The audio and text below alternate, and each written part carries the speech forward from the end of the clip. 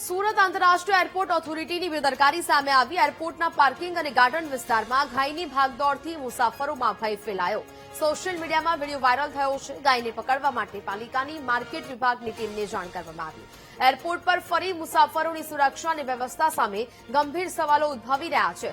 Social media પર જે આ વિડીયો વાયરલ થયો છે, જેને લઈને મુસાફરોની સુરક્ષા અને વ્યવસ્થા સામે ગંભીર સવાલો ઉભા થઈ રહ્યા છે।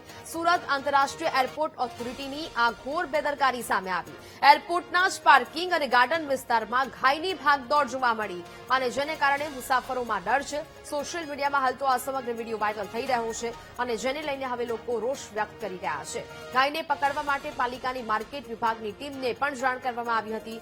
એરપોર્ટ પર ફરી મુસાફરોની સુરક્ષા અને વ્યવસ્થા સામે ગંભીર સવાલો છે તે ઉદ્ભવી દેતા આ વિડીયો છે તે સામે આવી રહ્યા છે કે જેમાં આ ગાય છે તે આખાઈ રૂટ પર પહોંચી ચૂકી છે અને જેમાં આંતરરાષ્ટ્રીય એરપોર્ટ ઓથોરિટીની આ ગંભીર બેદરકારી જોવા મળી।